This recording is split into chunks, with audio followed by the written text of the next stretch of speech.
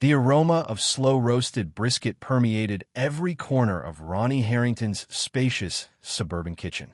He adjusted the temperature on the oven and checked his watch. 6:15 p.m.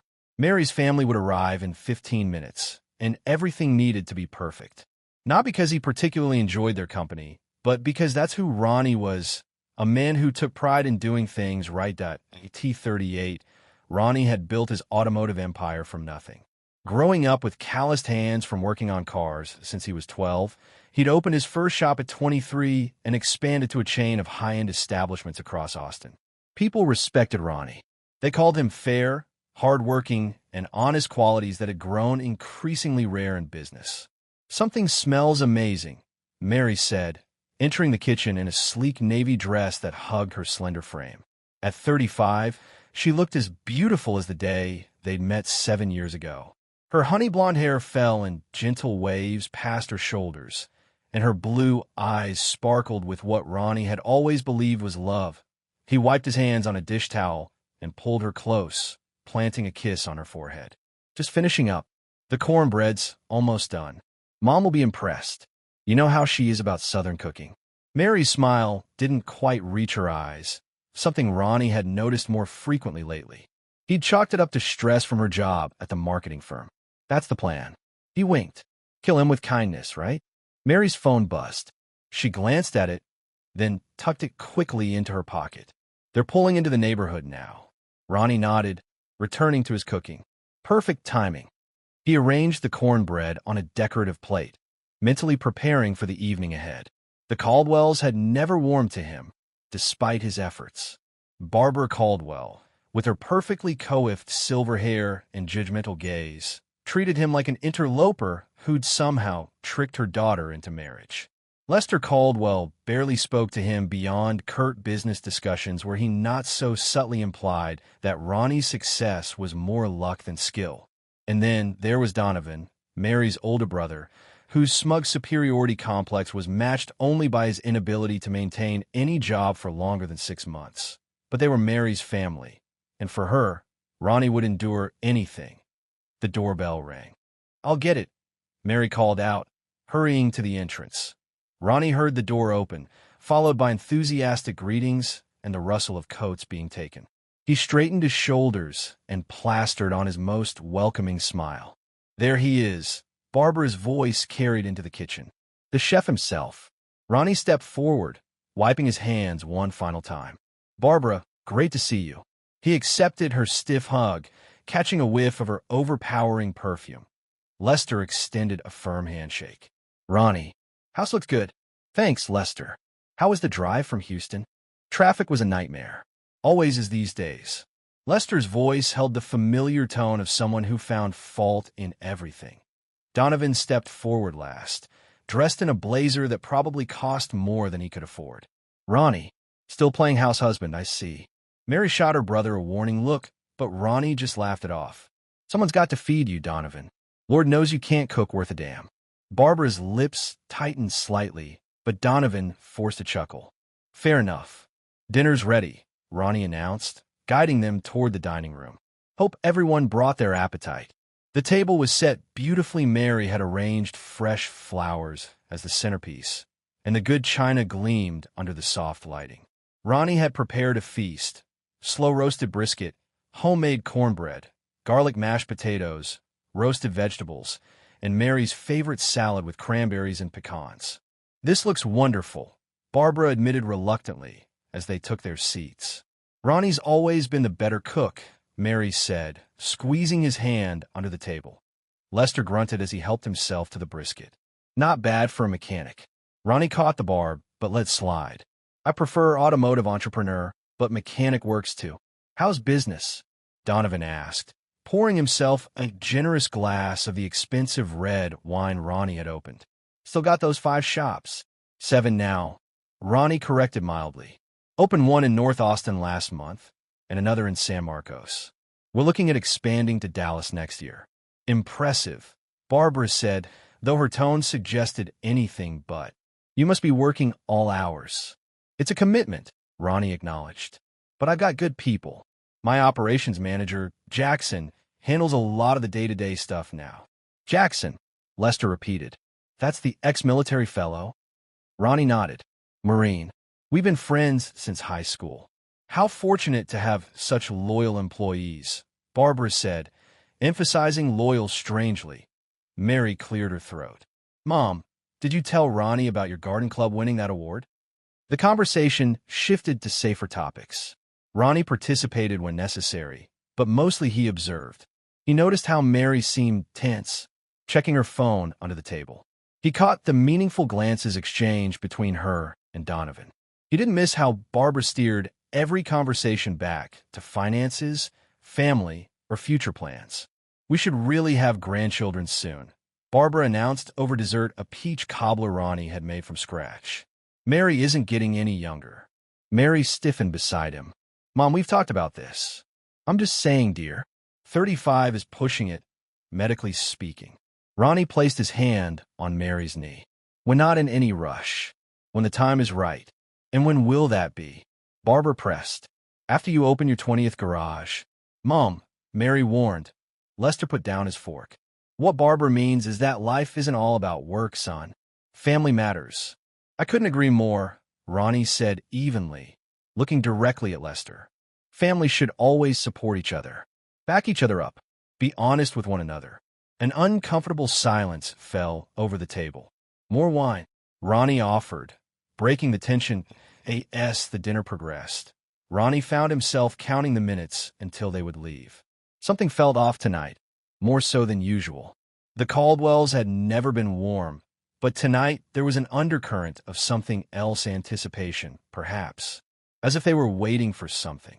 I need to get some more chairs from the garage, Ronnie said as they moved to the living room for after-dinner drinks. The one you're sitting in is wobbling a bit, Lester. I'll help, Donovan offered, starting to rise. No need, Ronnie waved him off. Enjoy your drink. I'll just be a minute. The evening air was cool as Ronnie stepped into the garage. He flipped on the light and headed toward the stack of extra dining chairs in the corner. He was about to grab one when he heard voices from the patio, which adjoined the garage. Taking too long. Donovan's voice carried clearly through the thin wall. You need to move things along. I'm handling it. Mary's voice replied, defensive. These things take time if you want to do them right. Ronnie froze, his hand on the chair. I still can't believe you married this loser, Donovan sneered. Dad's right, you need to divorce him before you have kids and get stuck forever. The words hit Ronnie like a physical blow, but it was Mary's response that shattered everything. Already working on it. My lawyer says we could take half his business too. Ronnie's grip tightened on the chair until his knuckles went white. His breathing became shallow as the truth crashed over him in waves. Mary, his wife, his partner, the woman he'd built his life around, was planning to leave him. Not just leave him, but take half of everything he'd worked for.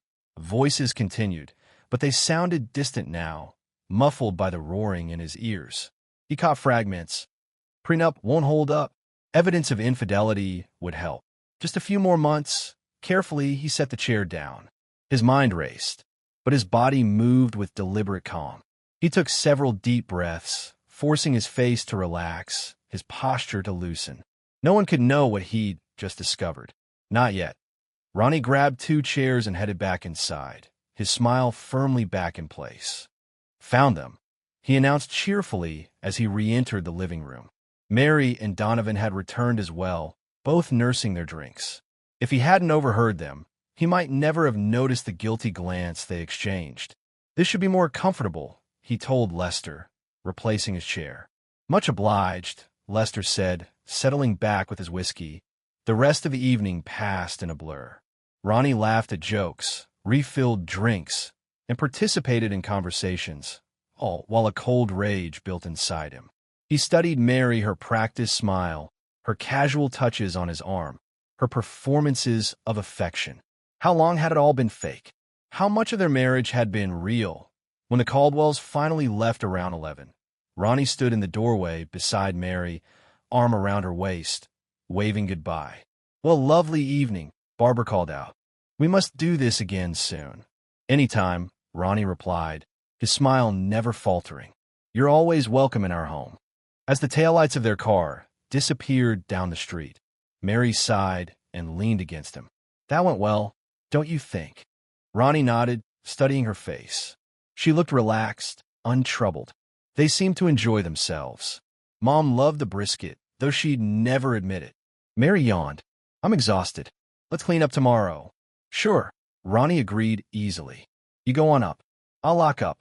Mary pressed a kiss to his cheek, then headed upstairs. Ronnie watched her go, this stranger he'd been married to for 5 years. He moved through the house methodically, turning off lights, checking locks, his mind working through what he'd learned and what it meant in their bedroom. Mary was already under the covers, scrolling through her phone. She set it down when he entered, offering a sleepy smile. Come a bed, babe. Ronnie changed into his pajamas and slid beneath the sheets, keeping to his side of the bed. Usually, he would pull her close, tangle his legs with hers, breathe in the scent of her hair. Tonight, the thought made his stomach turn. Everything okay? Mary asked, noticing his distance. Just tired, he lied. Big day tomorrow. Right, the supplier meeting. She rolled over, her back to him. Good night, Ronnie. Good night, Mary. Ronnie stared at the ceiling, his mind racing through options, scenarios, plans. Sleep was impossible. Beside him, Mary's breathing soon deepened into the rhythm of sleep. Untroubled by guilt or deception, he thought of the business he'd built from nothing. The 12-hour days, the missed vacations, the risks he'd taken. He'd done it all believing he was building a future for them both. Now she wanted to take half of it, as if she deserved a reward for her betrayal. The rage that had been building all evening crystallized into something harder, colder, more focused. Ronnie Harrington was not a man who acted rashly. He was not a man who gave up what was his. And he was certainly not a man who forgave betrayal. As the first light of dawn filtered through the curtains, Ronnie had made his decision. Mary Caldwell and her family thought they could play him for a fool. They were about to learn just how wrong they were. Morning arrived with bitter clarity. Ronnie rose early, leaving Mary still asleep in their bed. He showered and dressed with mechanical precision. His mind cleared despite the sleepless night. When he checked his phone, there was a text from Jackson confirming their 9 a.m. meeting at the main shop. Ronnie made coffee, but didn't prepare breakfast as he usually did. Let Mary wonder where he was. Let her feel the first hint of uncertainty that he scrawled a brief note. Had to head in early. Meeting with suppliers. Or the drive to his flagship automotive shop gave him time to think. Acid churned in his gut as Mary's words replayed in his mind. Already working on it. My lawyer says we can take half his business too. Half his business. As if she'd helped build it. As if she deserved it. Ronnie pulled into his reserved parking spot at Harrington Automotive, the sleek modern building with floor-to-ceiling windows and a customer lounge that rivaled luxury hotels. This place was his heart and soul, the physical manifestation of years of sacrifice and hard work. Jackson was waiting in Ronnie's office, a cup of coffee already in hand. At 40, Jackson Rivera looked every bit the former Marine trim, alert, with closely cropped dark hair and observant eyes that missed nothing. But it was his strategic mind that Ronnie valued most. That and his unwavering loyalty. You look like hell, Jackson said by way of greeting. Ronnie closed the door behind him. We've got a problem. Jackson set down his coffee. What kind of problem? Mary's planning to divorce me. Jackson's expression barely changed, but Ronnie caught the subtle tightening around his eyes. You sure about that? Heard it from her own mouth. Last night. She's working with a lawyer, coming after the business. Shit, Jackson muttered. I never trusted her. Yeah, well, I did. Ronnie sank into his chair, the full weight of the betrayal hitting him anew. Her whole family's in on it. They've been planning this, Jax. God knows for how long. What do you need? This was why Ronnie had called Jackson first. No wasted words. No empty sympathy. Just a simple question. What do you need? I need to protect the business. And then I need to make them regret ever thinking they could do this to me. Jackson nodded slowly. The business part is straightforward. We move assets, restructure, make it look like there's less to take. As for the rest, he leaned forward. How far are you willing to go? I'm not looking to break any laws, Ronnie clarified, but I want them to feel this. I want them to understand exactly who they try to cross. Fair enough. Jackson pulled out his phone. I know someone who can help with the business side.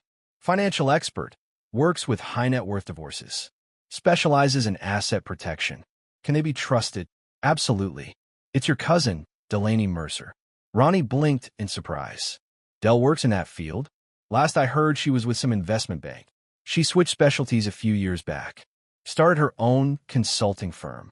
She's discreet, ruthless, and family. Triple threat. For the first time in 24 hours, Ronnie felt a glimmer of hope. Set it up. Today, if possible. Jackson was already texting. What about Mary? She's going to notice if you start acting differently. She won't, Ronnie said firmly. As far as she knows, nothing's changed. I'm going to give the performance of a lifetime devoted husband. Clueless target.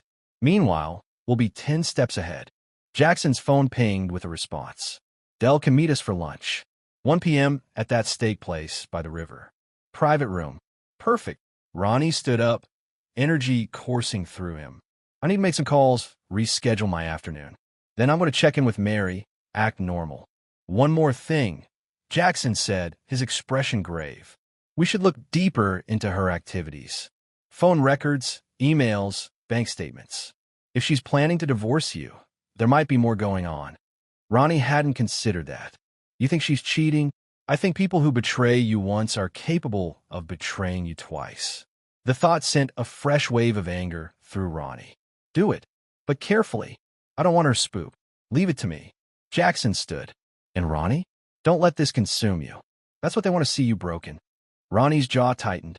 I'm not broken. I'm just getting started. After Jackson left, Ronnie checked his phone. No calls or texts from Mary yet. He decided to call her, maintaining the illusion of normalcy. She answered on the third ring, her voice thick with sleep. Ronnie? What time is it? Almost 8. Sorry to wake you. Just wanted to let you know I had to come in early. Supplier issues. Oh, she yawned. I saw your note. Everything okay? Nothing I can't handle. Just might be a long day. That's fine. I was thinking of meeting Mom for lunch anyway. Of course she was. Probably to update Barbara on their plan. Sounds good. Tell her I said hi. Will do. Love you. The words, once precious, now scraped against his ears like broken glass. You too. Talk later. Ronnie hung up and stared at his phone. 47. That's how many times he would let Mary and her family try to contact him once he was ready to disappear. 47 desperate messages before they realized they'd lost control of the situation, but not yet. For now, he would play the devoted husband, the hardworking businessman, the unwitting victim. And all the while, he would be dismantling the trap they thought they'd set for him. His phone buzzed with a text from Delaney, looking forward to lunch. Bring all relevant financial docs. We'll fix this. Ronnie texted back a simple thank you. Then he turned to his computer and began gathering the information he would need. Bank statements, business valuations, tax returns, property deeds, everything that represented the life he'd built and the life Mary was trying to steal. By the time he finished, it was nearly noon. He had 17 missed calls from various vendors and employees, but none from Mary. She was probably too busy plotting with her mother. Ronnie left instructions with his assistant to reschedule his afternoon appointments, then headed to the restaurant to meet Jackson and Delaney. As he drove, he felt oddly calm. The initial shock and pain had hardened into resolve. Mary and the Caldwells had made a critical error. They had underestimated him. They saw the successful businessman, the generous provider, the man who looked the other way when they were rude or demanding. They didn't see the fighter who had clawed his way up from nothing. They didn't know the real Ronnie Harrington, but they would. Soon enough, they would. That night, Ronnie lay beside Mary in their bed, a careful 6 inches separating their bodies. He stared at the ceiling, thoughts racing despite his exhaustion. Lunch with Delaney and Jackson had been illuminating and disturbing. Your prenup is solid, Delaney had explained over perfectly cooked steaks, but not bulletproof. If her lawyer is good, and based on what you're saying, they've probably hired someone experienced in high-asset divorces, they'll find angles to attack it. Such as, Ronnie had asked, commingling of assets, for one. Any joint accounts you've shared, properties purchased together, even business funds used for personal expenses, they'll use those to argue that the separation between marital and separate property has been blurred. Jackson had leaned forward. So what's the move? Delaney, with her sharp eyes and sharper mind, had laid out a plan so elegant in its simplicity that Ronnie almost smiled. A shell corporation controlled by Delaney but benefiting Ronnie. A restructuring that would make his businesses appear less profitable than they were. Strategic movement of assets that couldn't be traced back to him. Is it legal? Ronnie had asked, fork poised over his plate. Completely, Delaney had assured him. Unethical, perhaps by some standards. But people protect their assets all the time. The key is doing it before she files. Once papers are served, any movement of assets looks suspicious to the courts. Now, lying in the dark, Ronnie turned his head slightly to study Mary's profile. Her breathing was deep and regular.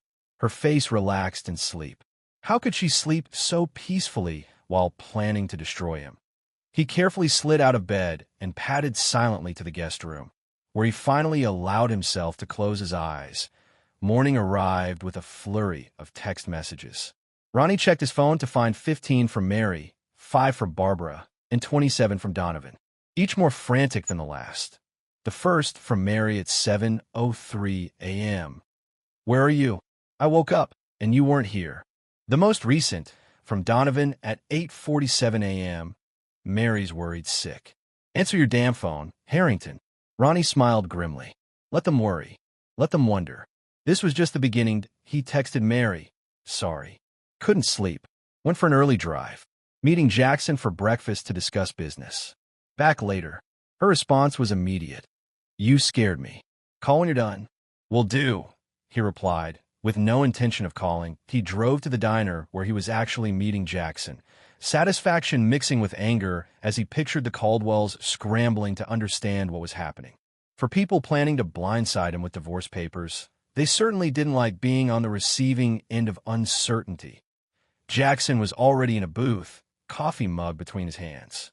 He looked up as Ronnie slid in across from him. Phase 1 seems to be working, Ronnie said by way of greeting, showing Jackson the frantic messages. Good. Confusion is our ally right now. Jackson pushed a manila folder across the table. You need to see this. Ronnie opened it to find phone records, credit card statements, and surveillance photos. His stomach clenched as he recognized Mary in several images, seated across from a man he didn't know in various restaurants and coffee shops. In one, they were holding hands. His name is Rhett Calloway, Jackson said quietly. Divorce attorney, 44, specializes in representing spouses of high-net-worth individuals. The betrayal, already painful, cut deeper. She's sleeping with her divorce lawyer. Looks that way. Those photos span the last 3 months. Ronnie's hands shook slightly as he closed the folder. Her family knows, based on the text messages we were able to access? Yes, her mother actually recommended him. A cold, clarifying rage washed through Ronnie. So this is even worse than we thought. It's not just about money. He couldn't finish the sentence. I'm sorry, man. Jackson's voice was genuinely sympathetic. But we needed to know what we're dealing with. Ronnie nodded, his jaw tight. This changes things. Now it's not just about protecting what's mine. It's about making sure they all get exactly what they deserve. What's the next step? Ronnie stared out the window for a long moment. We move forward with Delaney's plan. Transfer the assets, create the shell corporation. But we need more evidence, texts, emails, anything that proves Mary and her family were conspiring to take my business. Already working on it, Jackson assured him. What about Mary? She's going to be asking questions. I'll handle Mary. Ronnie's voice was hard. From now on, I'm giving the performance of a lifetime. Devoted husband, oblivious target. Meanwhile, I want everything in place so that when I'm ready to strike, there's nothing left for them to take. And when will that be? The strike? Ronnie thought for a moment. There's that charity gala next month. The one the Caldwells always attend to show off how philanthropic they are. Jackson's eyes widened slightly as he caught on. Public humiliation. Maximum witnesses. Exactly. Ronnie's smile didn't reach his eyes. They wanted to blindside me with divorce papers. I'm going to blindside them with the truth in front of everyone they know. As he drove home to face Mary, Ronnie's mind was clear for the first time since overhearing that conversation on the patio. The pain was still there, a constant ache in his chest, but it was overshadowed by purpose. Mary was waiting in the kitchen when he arrived, her face a perfect mask of concern. "There you are. I was worried when you didn't call." Ronnie forced a smile, reminding himself that this was all in Act 1 he needed to perform flawlessly. "Sorry, babe. Meeting ran long, and then I got caught up with a customer issue." She studied his face. "Is everything okay? You've been acting strange since my family's visit." Just stressed about work, he lied smoothly. "The Dallas expansion is hitting some roadblocks." Mary's shoulders relaxed slightly. "You should have said something. I thought maybe you were upset with me." The audacity of her performance almost made him laugh. Instead, he stepped forward and pulled her into a hug, suppressing his revulsion. "Of course not. Why would I be upset with you?" He felt her meld against him, buying his act completely. "I don't know. I just sensed something was off." Ronnie kissed the top of her head. "Nothing's off. I'm just tired." He pulled back to look at her. "How about we do something special tonight? Dinner at that Italian place you love?" The surprise and pleasure in her eyes told him she was completely convinced. "I'd like that. Great. Reservation at 7. Mary nodded, reaching up to straighten his collar. "Perfect." As Ronnie headed upstairs to shower and change, his phone buzzed with a text from Jackson. "Meeting set with Delaney tomorrow. 10 a.m. at her office." Tomorrow, they would begin dismantling everything Mary thought she was going to take from him. The business, the money, the house, none of it would be within her reach by the time her lawyer filed those divorce papers. And Mary, confident in her deception, would never see it coming. Dinner that night was a masterclass in deception. Ronnie laughed at Mary's jokes, held her hand across the table, and listened attentively as she talked about her day with her mother. All the while, he was cataloging her lies, noting the careful omissions, storing away ammunition for the day of reckoning. "Mom sends her love," Mary said over dessert. "She wanted me to check if you're still okay with hosting Thanksgiving this year. 3 months away. By then, everything will be different." "Of course," Ronnie replied. "Wouldn't have it any other way." Mary smiled, reaching for his hand. "I love you, you know that. You're so good to my family, even when they don't make it easy." The declaration of love, once treasured, now turned his stomach. "Their family," he said simply. "That's what matters." Back home, Mary initiated intimacy for the first time in weeks. Ronnie performed his part, all the while feeling nothing but contempt. When she fell asleep in his arms, he carefully extracted himself and went to the guest room again, unable to maintain the charade for a full night. In the quiet darkness, he checked his phone to find a message from Delaney with a detailed breakdown of how they would proceed. The wheels were in motion. There was no turning back now. Ronnie stared at the ceiling, mentally rehearsing the part he would play in the coming weeks. The doting husband, the successful businessman, the unsuspecting victim. But behind the mask, he was transforming into something else entirely. The architect of a revenge so complete, so devastating, that the Caldwells would never recover. And Mary? Mary would learn that betraying Ronnie Harrington was the biggest mistake of her life. The glass-walled conference room in Delaney Mercer's downtown office offered a panoramic view of Austin's skyline, but Ronnie's attention was fixed firmly on the documents spread across the polished table. 2 weeks had passed since he'd discovered Mary's betrayal, and in that time, he maintained his facade of normalcy while systematically preparing to dismantle her plans. "The Shell Corporation is established," Delaney explained, tapping a manicured nail against the incorporation papers. At 33, his cousin had built a reputation as a financial gladiator, specializing in helping wealthy clients protect their assets during contentious divorces. Her auburn hair was pulled back in a sleek ponytail, and her green eyes, a family trait she shared with Ronnie, missed nothing. "Officially, it's a holding company that's acquiring your automotive shops as a strategic investment. In reality, you'll maintain control through me." And when Mary's lawyer starts digging, Ronnie asked, "They'll find a legitimate business transaction. We've backdated some of the preliminary paperwork to make it look like this acquisition has been in the works for months. Everything's above board, just structured to your advantage." Jackson, seated beside Ronnie, studied the flowchart Delaney had created. "What about the personal accounts? House? Cars?" Delaney slid another folder forward. That's trickier. The house is in both your names, Ronnie. We can't just transfer your interest without raising red flags. So what do? We create justifiable debt against it, Delaney explained. You'll take out a business loan, using the house as collateral. On paper, it reduces the equity significantly. Ronnie nodded slowly. And the business valuation? Already handled. I got a friendly appraiser who's provided a conservative estimate of your company's worth. If Mary's lawyer brings in their own appraiser, they'll be working with different assumptions, different metrics. How long before all this is in place? Ronnie asked. Most of it's done already, Delaney said, surprising him. We just need your signatures on these documents, and then we'll file everything properly. By the end of next week, your business assets will be effectively shielded. Ronnie picked up a pen. Let's do it. As he signed document after document, a weight lifted from his shoulders. Mary thought she was being clever, thought she had him cornered. But while she was meeting with her lover and plotting with her family, Ronnie was systematically dismantling her plans. There's one more thing, Jackson said as Ronnie finished signing.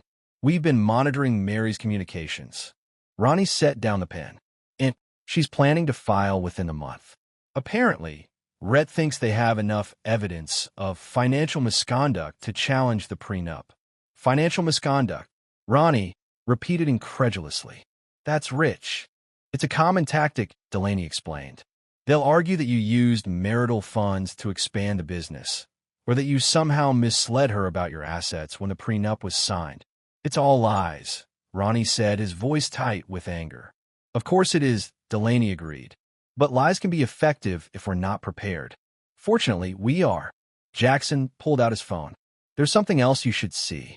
He swiped through to find a particular text message, then handed the phone to Ronnie. It was a conversation between Mary and her mother from 3 days ago. Mary, Red says we need to move quickly. Worried or might be getting suspicious. Barbara, has he said anything? Mary, no, but he's been distant. Staying late at work, getting up early. Barbara, that's just how he is. Always working. Mary, maybe, but I'm filing next week. Rhett says the sooner the better. Barbara, good. Just make sure everything's in place first. We only get one shot at this. Ronnie handed the phone back, his expression hardening. So we have even less time than we thought. We're still ahead of her, Jackson assured him. The question is, how do you want to play this? Do we let her file and then counter? Or do we preempt her? Ronnie considered his options. Neither. We let her think everything's proceeding according to her plan. Meanwhile, we finish securing the assets, gather more evidence, and prepare for the gala. The Austin Children's Hospital benefit, Delaney asked. That's still a month away. It's perfect timing, Ronnie insisted. By then, everything will be in place. Mary will have filed for divorce, thinking she's getting half my business. Her family will be gloating. And then, in front of everyone who matters in the city, they'll learn exactly who they're dealing with. Delaney and Jackson exchanged a glance. That's a risky strategy, Delaney said carefully. It gives her time to potentially discover what we're doing. She won't, Ronnie said confidently. She thinks I'm clueless, and I'm going to reinforce that impression. Starting tonight. How? Jackson asked. I'm taking her out. Expensive dinner, flowers, the works. Completely devoted husband who has no idea his wife is about to blindside him with divorce papers. Delaney looked skeptical. You sure you can pull that off? Given what you know. Ronnie's smile was cold. Watch me. That evening, Ronnie arrived home with an armful of red roses and a small jewelry box containing diamond earrings. Mary was in the kitchen, typing on her laptop, probably corresponding with Rhett or her family about their plans. She looked up in surprise when Ronnie entered. What's all this? She asked, closing her laptop quickly. For you, Ronnie said, presenting the flowers with a smile that didn't quite reach his eyes. I've been so caught up with work lately.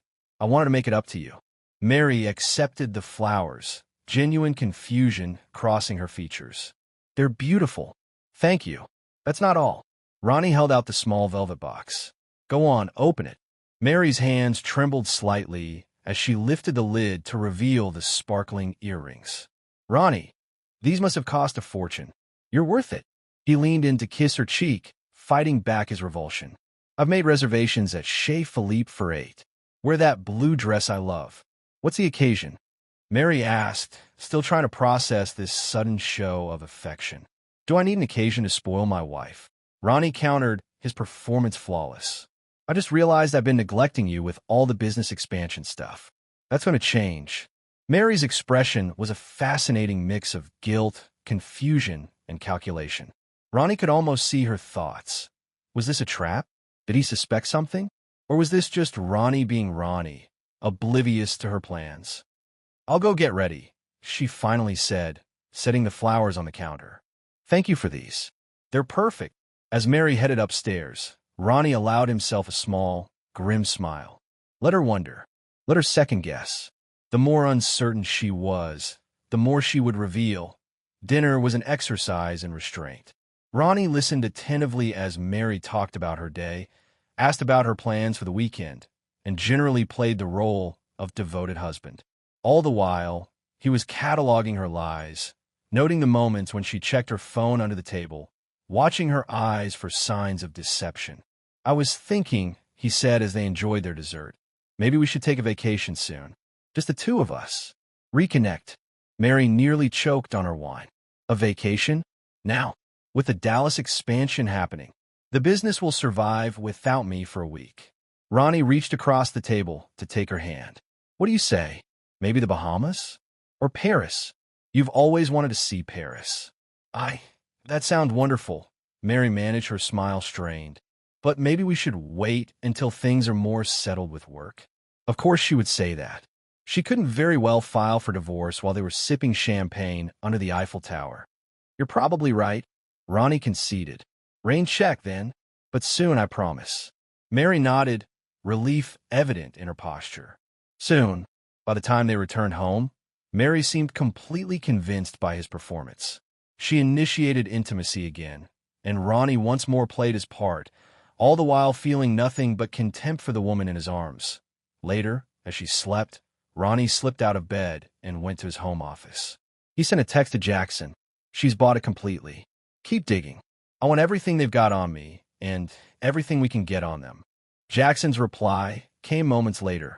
Already on it. You holding up okay? Ronnie considered the question. Was he okay? He was living with a woman who was betraying him, pretending to still love her, and plotting his revenge. No, he wasn't okay, but he was functioning. He was focused. And most importantly, he was going to win. I'm fine, he texted back. Just ready for this to be over.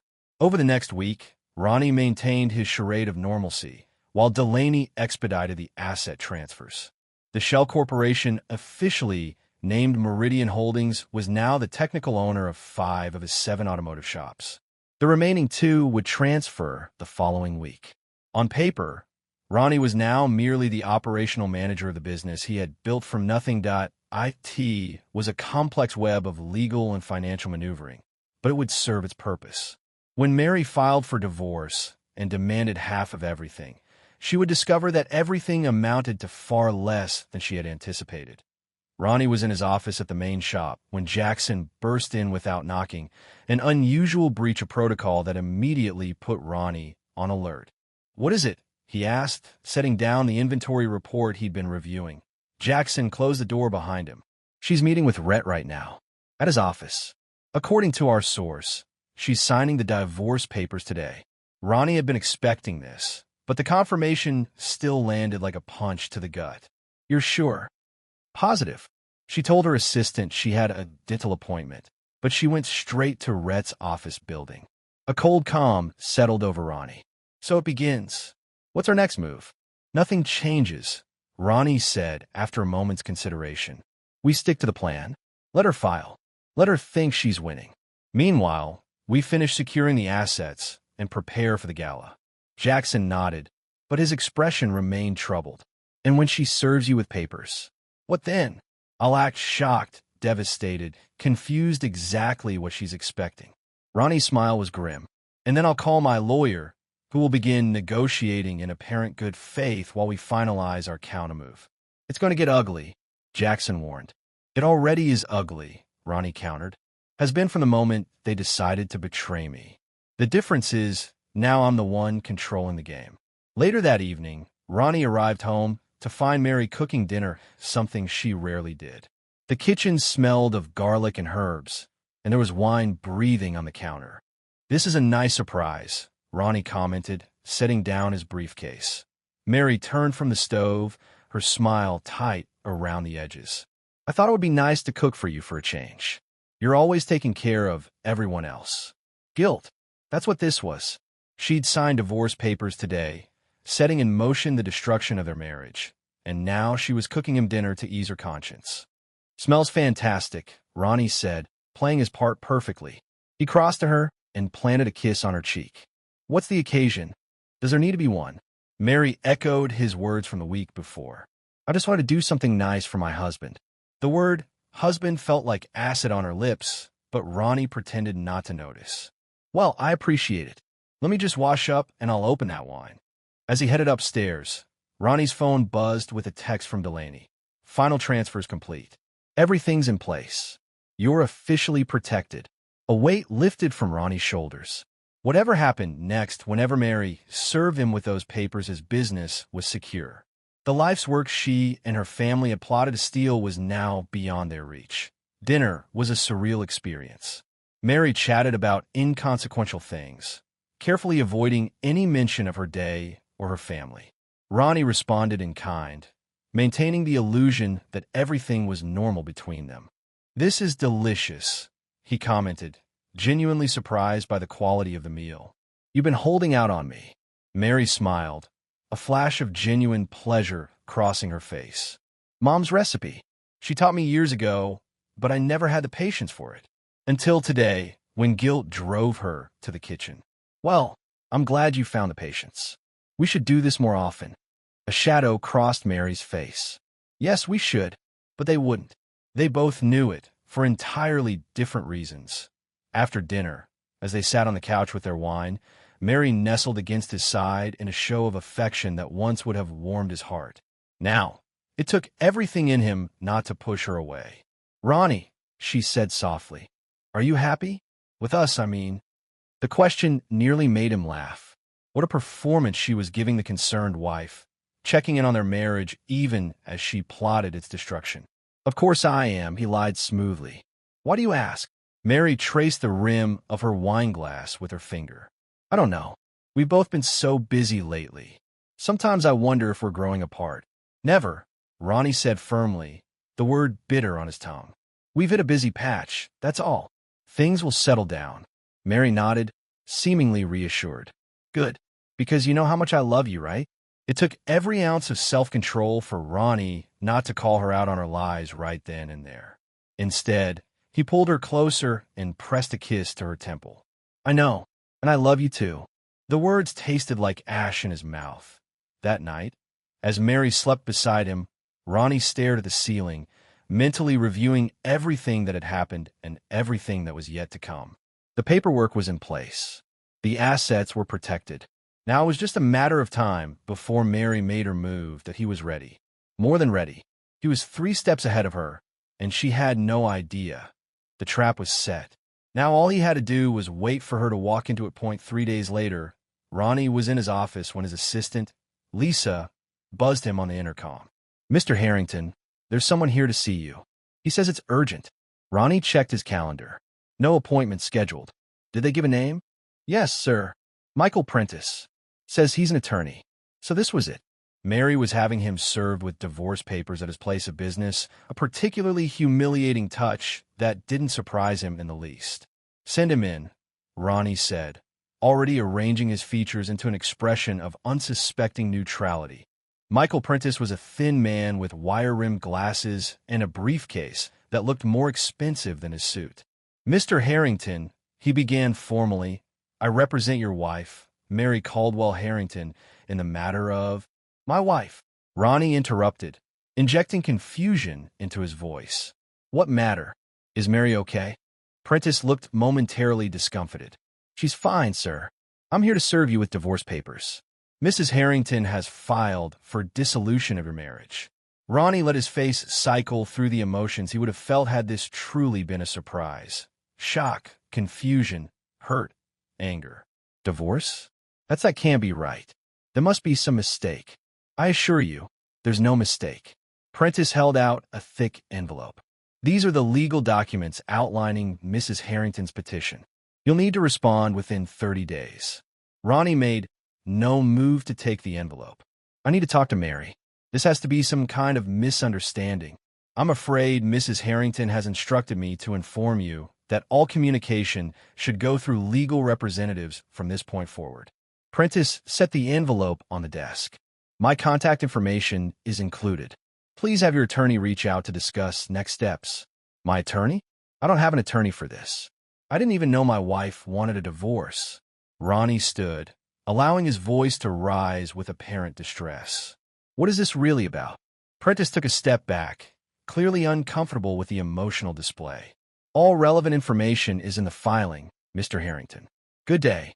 After Prentice left, Ronnie sat back down and opened the envelope.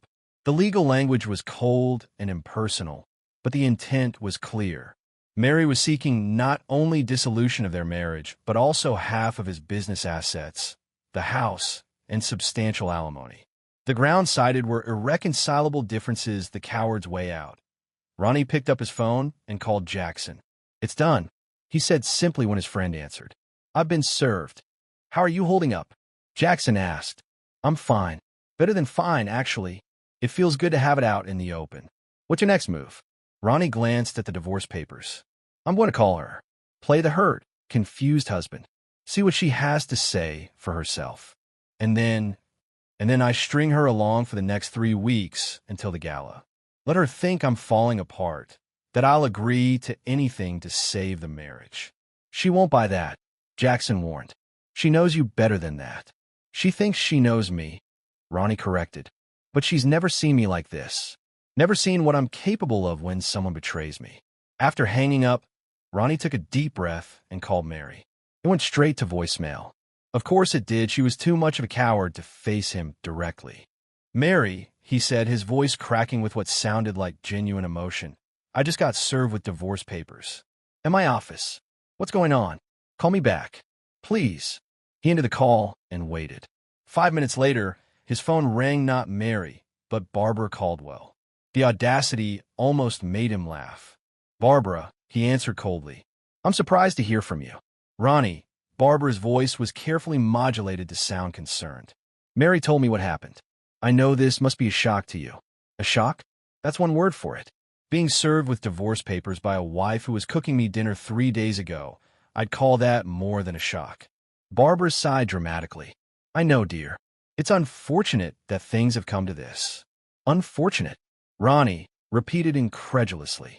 That's how you describe your daughter ending our marriage without so much as a conversation? Unfortunate. Now, Ronnie, I know you're upset. Where is she, Barbara? Why isn't she the one calling me? Mary's very distraught right now. Barbara lied smoothly. This hasn't been an easy decision for her. Ronnie bit back a bitter laugh. Not an easy decision. She'd been planning this for months, sleeping with another man, conspiring with her family. I want to talk to her, he insisted. Not her mother, not her lawyer. Her. I'll let her know. Barbara said noncommittally. In the meantime, I hope you'll be reasonable about this, Ronnie. Dragging things out will only make it harder for everyone. The implication was clear rollover. Give Mary what she wants, and this will all go away quickly, just like they planned. Tell Mary to call me, Ronnie said firmly. Today, or the next conversation we have will be in court. He hung up before Barbara could respond. An hour later, Mary finally called. Ronnie, she began, her voice carefully controlled. I'm sorry you had to find out this way. Find out what way, Mary? That my wife of 5 years wants a divorce? That she couldn't even tell me to my face? That she had me served at my place of business like some kind of criminal? I knew you would try to talk me out of it, Mary said defensively. I needed to be sure the papers were filed. Talk you out of it, Ronnie repeated slowly. So, there's nothing to discuss? No chance to work things out? You've just decided our marriage is over. It's been over for a long time, Ronnie. We both know that. The lie infuriated him. No, Mary, I don't know that. What I know is that 3 days ago, you cooked me dinner and asked if I was happy with our marriage. What I know is that last week, I bought you diamond earrings, and you wore them at dinner. What I know is that at no point did you ever say to my face that you were unhappy or wanted a divorce. Mary was silent for a moment. I'm sorry. I should have been more direct. More direct. Ronnie laughed bitterly. That's what you call it? Mary, your divorce filing is asking for half my business. A business you had nothing to do with building. How is that reasonable? The business grew during our marriage, Mary said, reciting what was clearly a line fed to her by her lawyer. Under Texas law, that makes it community property. So that's what this is about. Money. It's about what I'm entitled to, Mary insisted. What's fair? Ronnie closed his eyes, imagining the satisfaction he would feel when she discovered that her carefully laid plans had backfired spectacularly. Fair would have been telling me to my face that you wanted out of our marriage. Fair would have been having an honest conversation about our finances. This isn't fair, Mary. This is ambush. I know you're upset. Upset doesn't begin to cover it. Ronnie injected a note of desperation into his voice. Mary, please. Let's talk about this face to face. No lawyers, no parents, just us. I'm not ready to throw away 5 years of marriage. He could practically hear her calculating on the other end of the line. If she agreed to meet, she might be able to gauge how willing he was to settle, how much of a fight he would put up. All right, she finally said. Dinner tomorrow night. Neutral territory, the steakhouse, downtown. Thank you, Ronnie said, sounding relieved. I appreciate it, Mary. I really do. After ending the call, Ronnie sat back in his chair, a grim smile playing at his lips. Mary thought she was in control, thought she was graciously giving him a chance to plead his case before she took half of everything he owned. She had no idea that she was walking into his trap. Ronnie spent the rest of the day in meetings with his actual attorney, a shark named Caroline Westfield who specialized in protecting high-net-worth individuals in contentious divorces. She reviewed the transfers Delaney had engineered and pronounced them solid. They'll challenge them, of course, Caroline warned. They'll argue that the timing is suspicious, that you were attempting to hide assets. Let them argue, Ronnie said dismissively. The paperwork shows these deals were in motion months ago. Can they prove otherwise? Unlikely, Caroline admitted. But divorce courts have wide discretion. A sympathetic judge might still award her a piece of the business. A piece of what business? Ronnie countered. On paper, I don't own those shops anymore. I'm just the operations manager. Caroline's smile was thin. You've been thorough, I'll give you that. But so has her lawyer. This Rhett Calloway, he's got a reputation. Ronnie's jaw tightened. So I've heard. You seem remarkably calm for someone whose wife just filed for divorce. Let's just say I've had some time to prepare. Ronnie met her eyes steadily. I need you to play along with something. For the next few weeks, I want you to negotiate with Mary's lawyer as if we're actually considering their demands. Caroline raised an eyebrow. Why would we do that? Because I want them comfortable, confident. I want them thinking they've won. And then, Ronnie's smile didn't reach his eyes. And then we show them exactly who they're dealing with. The following evening, Ronnie arrived at the steakhouse 15 minutes early, choosing a quiet booth in the back. He dressed carefully designer suit, no tie, his wedding ring still prominently in place. The perfect image of a successful man fighting for his marriage. Mary arrived exactly on time, looking polished and composed in a black dress that Ronnie recognized he'd bought it for her birthday the previous year. A calculated choice, no doubt. Thank you for meeting me, Ronnie said as she slid into the booth across from him. I think we owe each other that much, Mary replied, setting her purse beside her. How are you holding up? The feigned concern nearly made him laugh. How do you think? My wife blindsided me with divorce papers. I'm still trying to process it. Mary had the grace to look uncomfortable. I know this seems sudden to you. Seems? Mary, it is sudden. 3 days ago, we were having dinner at home. You gave no indication that you were unhappy, let alone planning to end our marriage. I've been unhappy for a long time, Ronnie. Mary's eyes didn't quite meet his. I just didn't know how to tell you. So instead, you told a lawyer. Ronnie's voice hardened. And your family. Everyone knew but me. Mary flinched slightly. I needed support. Advice. And did that advice include taking half my business? Something you had nothing to do with building. That's not fair, Mary protested. I supported you while you expanded the business. I put my own career second so you could focus on yours. It took every ounce of self-control for Ronnie not to laugh in her face. Mary had never put her career second. She'd been promoted twice during their marriage, with his full support and encouragement. Is that what Rhett told you to say? Ronnie asked quietly. Mary's eyes widened. Who? Rhett Calloway. Your lawyer. Ronnie paused deliberately. Or should I say, your lover? The color drained from Mary's face. I don't know what you're talking about. Please, Mary, at least have the decency not to lie to my face. I know about Rhett. I know you've been seeing him for months. I know your mother introduced you. Mary's shock was genuine. She hadn't expected him to know this. How did you? Does it matter? Ronnie cut her off. What matters is that while you were planning to divorce me and take half of everything I've built, you were also cheating on me with the very lawyer you hired to represent you. It's not like that, Mary insisted weakly. Then what is it like, Mary? Explain it to me. Because from where I'm sitting, it looks pretty damn clear. Mary seemed at a loss for words, her carefully rehearsed speech forgotten in the face of Ronnie's unexpected knowledge. Finally, she squared her shoulders. Rhett and I. It happened after I had already decided on the divorce. Another lie. Ronnie had the photos to prove it, dated months earlier. So that makes it okay? No, of course not. But it's not why I'm leaving you. Mary's voice strengthened as she found her footing again. We've been growing apart for years, Ronnie. You're always working, always focused on the business. There's no room for me in your life. It was the typical script blame, the husband's work ethic, cast herself as the neglected wife. Ronnie had expected this. If you felt neglected, why didn't you say something? Why didn't you suggest counseling or a vacation or any of the other things couples do when they're having problems? Why go straight to divorce? Mary looked away. It's too late for that, is it? Ronnie leaned forward, allowing vulnerability to show in his expression. Mary, despite everything, I still love you. I still believe in our marriage. Give me a chance to make things right. The surprise on Mary's face was almost comical. She clearly hadn't expected him to fight for the relationship, not after learning about Rhett. Ronnie, 1 month, he pressed. Give me 1 month to show you that we can fix this. If you still want out after that, I won't contest the divorce. I'll be fair about the settlement. Mary studied him suspiciously. You'd agree to that? Even knowing about Rhett. I'm not saying it doesn't hurt.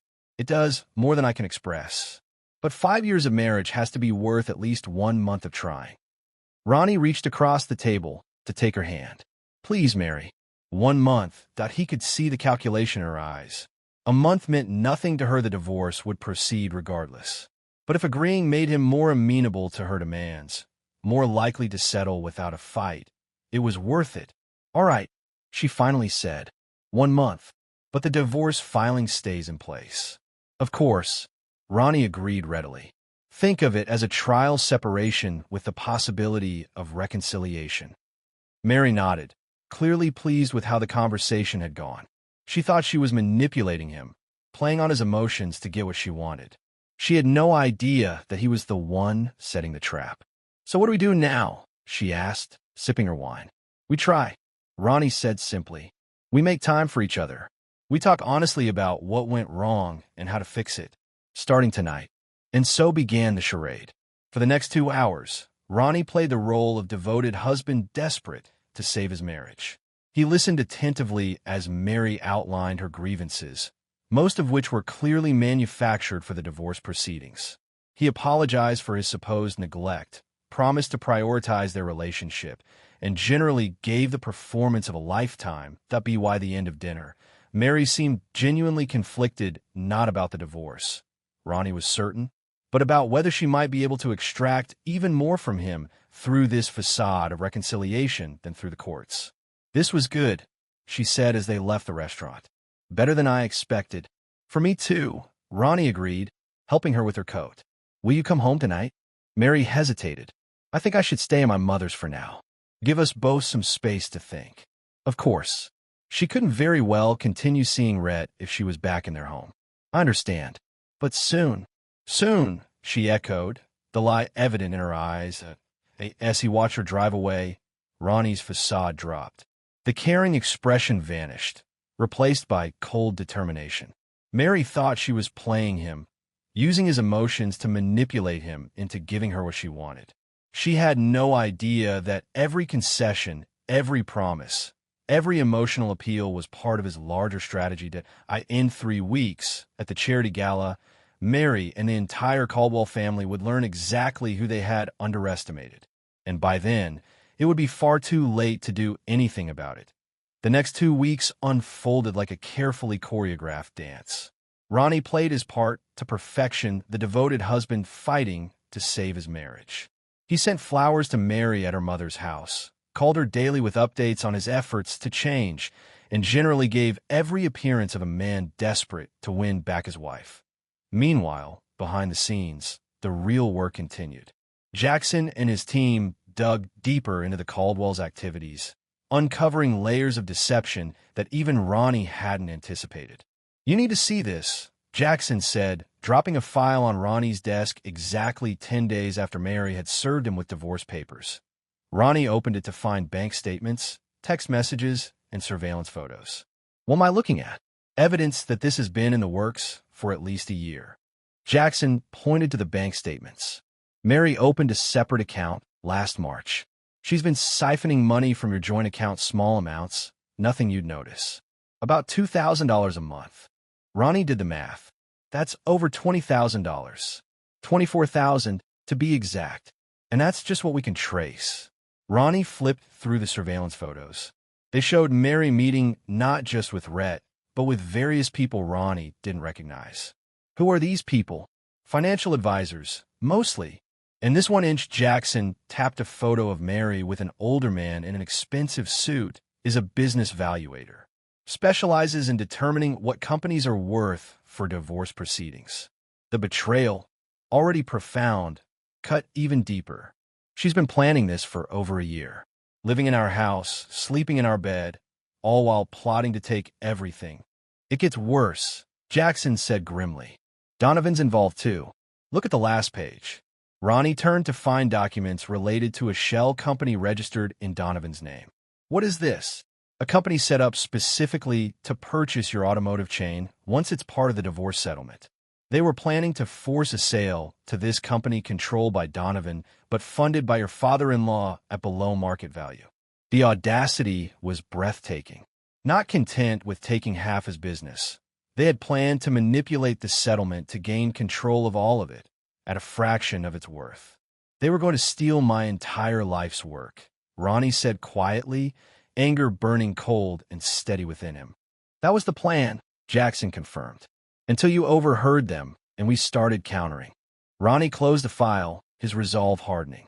"The gala is in 10 days. I want everything ready.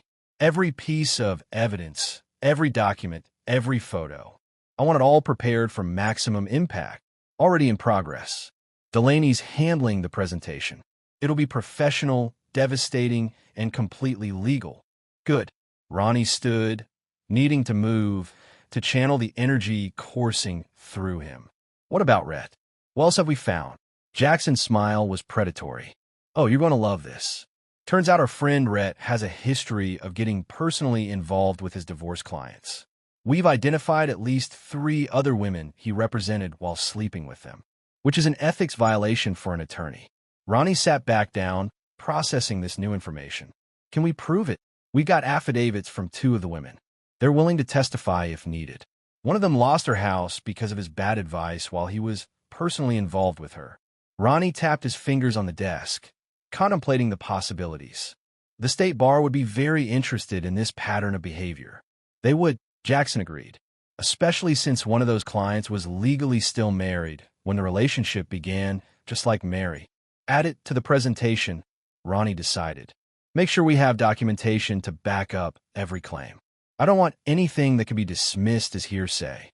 "What about your lawyers? Should we loop them in on what we're planning?" Ronnie considered this. "Not yet. Caroline needs plausible deniability.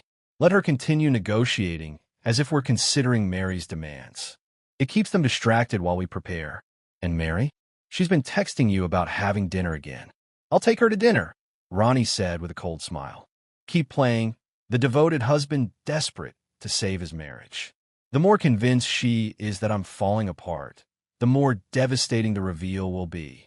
That evening, Ronnie met Mary at an upscale Italian restaurant, her favorite.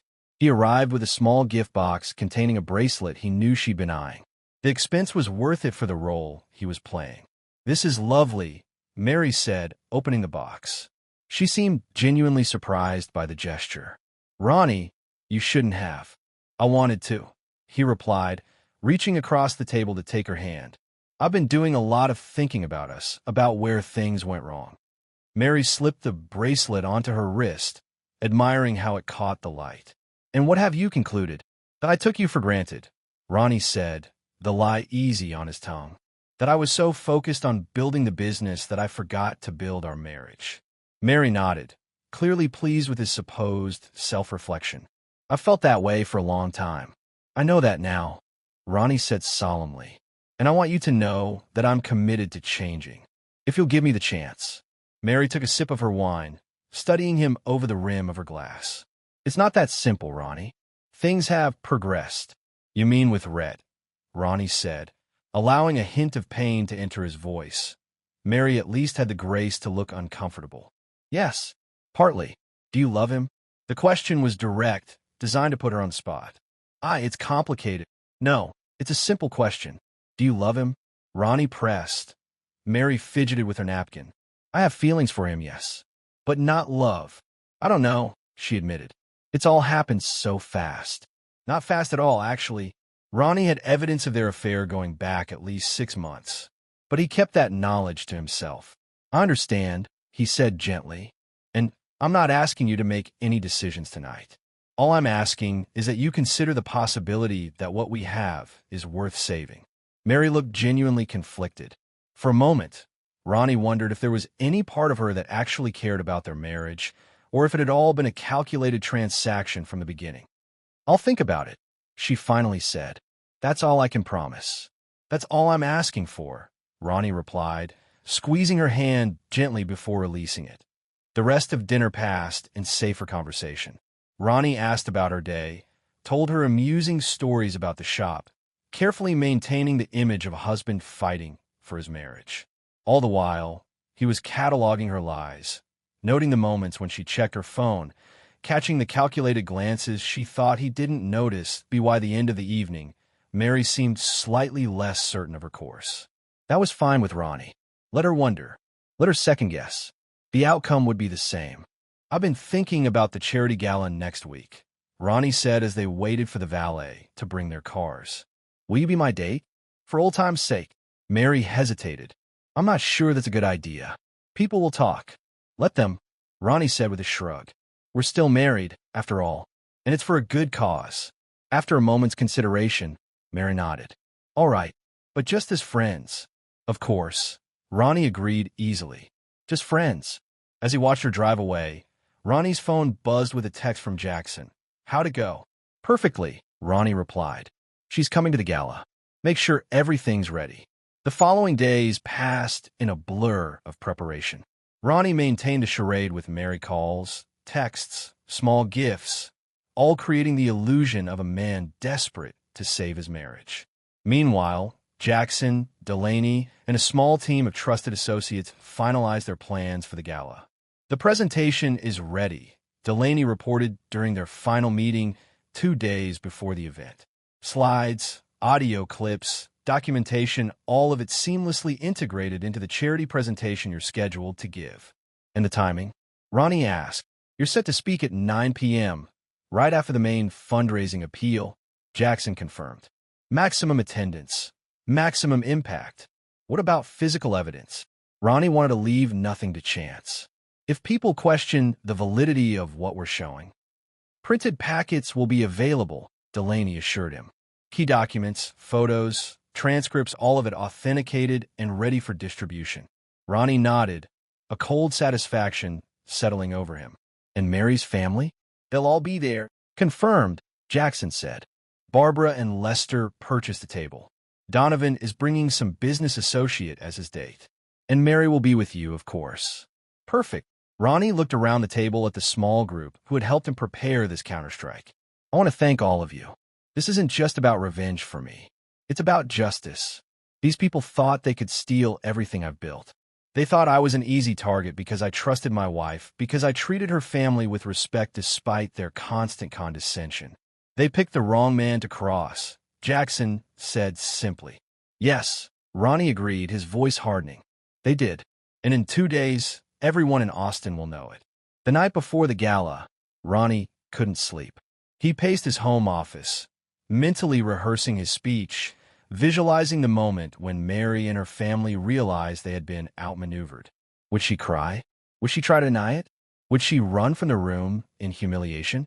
He found he didn't care which. All that mattered was that she and everyone who had helped her face the consequences of their betrayal. His phone buzzed with a text from Mary. Looking forward to tomorrow night. What time will you pick me up? Ronnie stared at the message, marveling at her audacity. Even now, with divorce papers filed and an affair ongoing, she could maintain this facade of normalcy. I'll pick you up at 7, he replied. Wear that blue dress I got you for our anniversary. Her response came quickly. The one with the open back? Are you sure? Absolutely. Ronnie texted back. You look stunning in it. Let her wear the dress he had bought her. Let her enjoy one last evening of luxury on his dime. By this time tomorrow, her life, as she knew it, would be over. Ronnie finally went to bed around 3 a.m., his mind still racing with plans and contingencies. But when he woke the next morning, a strange calm had settled over him. Today was the day. After weeks of deception, both hers and his everything would finally be out in the open. He spent the day checking and rechecking the final details. The presentation was loaded and tested on the gala's AV system. The printed packets were ready for distribution. The key players were all briefed on their roles. At precisely 7 p.m., Ronnie pulled up to Barbara and Lester's house, where Mary had been staying. He was immaculately dressed in a tailored tuxedo, every inch the successful businessman and philanthropist. When Mary emerged in the blue dress, elegant, backless, and costing more than some people made in a month, he allowed himself a moment of genuine appreciation. She was beautiful. She had always been beautiful. What a shame that her soul didn't match her exterior. You look incredible, he said truthfully as he helped her into his car. Thank you, Mary replied, a hint of genuine pleasure in her voice. You clean up pretty well yourself. The drive to the hotel where the gala was being held was filled with light conversation, the weather, mutual acquaintances, the charity they were supporting. Anyone overhearing would think they were a normal, happy couple. The ultimate illusion. Right up until the ENDS they entered the ballroom. Ronnie felt a wave of satisfaction at the scene before him. 300 of Austin's most influential citizens, business leaders, politicians, socialites, all gathered in one place. The perfect audience for what he was about to reveal. Ronnie, Mary, Barbara's artificially cheerful voice called out as they approached the Caldwell family table.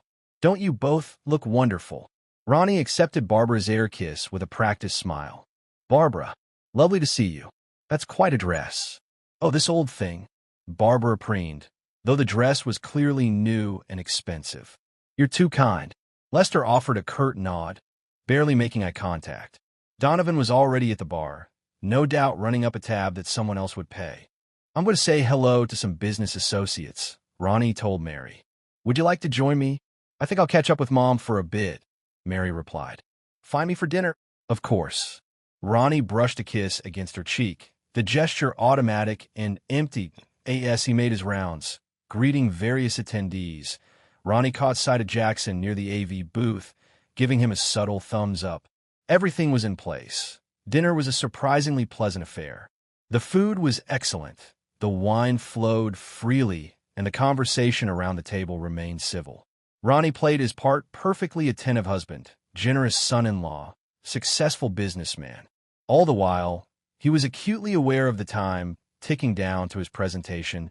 At 8:45 p.m., the charity's director took the stage to thank everyone for their support and introduce the evening's final speaker. And now, I'm delighted to introduce one of our most generous supporters, a man whose commitment to children's health care has been unwavering. Please welcome to the stage, Mr. Ronnie Harrington. The applause was warm as Ronnie made his way to the podium. He gazed out at the sea of faces, his eyes finding Mary and her family at their table near the front. They were smiling, unaware that their world was about to implode. "Thank you, Dr. Reynolds, for that kind introduction," Ronnie began, his voice strong and clear. "And thank you all for being here tonight to support such a vital cause." He launched into the prepared speech about the charity's work, the importance of children's health care, and the impact of their donations. The audience was attentive, nodding at the right moments, clearly moved by the stories he shared. And now, Ronnie continued, his heart beginning to race with anticipation. "I'd like to share something personal with all of you. A lesson I've learned recently about trust, betrayal, and the importance of standing up for what's right." He pressed a button on the remote in his hand, and the screen behind him changed from the charity's logo to a photo of Mary and Rhett, holding hands across a restaurant table. "This is my wife, Mary," Ronnie said, his voice hardening. "And this is her lover, Rhett Calloway, also her divorce attorney." A collective gasp rippled through the audience. Mary froze in her seat, the color draining from her face. Barbara's hand flew to her mouth in shock. "Many of you know that Mary recently served me with divorce papers. What you don't know is that this has been planned for over a year. Planned not just by Mary, but by her entire family." Another click of the remote, and the screen displayed text messages between Mary and her mother, discussing the divorce strategy. "Dad's right, you need to divorce him before you have kids and get stuck forever," Ronnie read aloud, quoting Donovan's words from that fateful night on the patio. To which my wife replied, "Already working on it. My lawyer says we can take half his business too." The silence in the room was absolute. All eyes were either on Ronnie or on the Caldwell family, who sat rigid with shock and growing horror.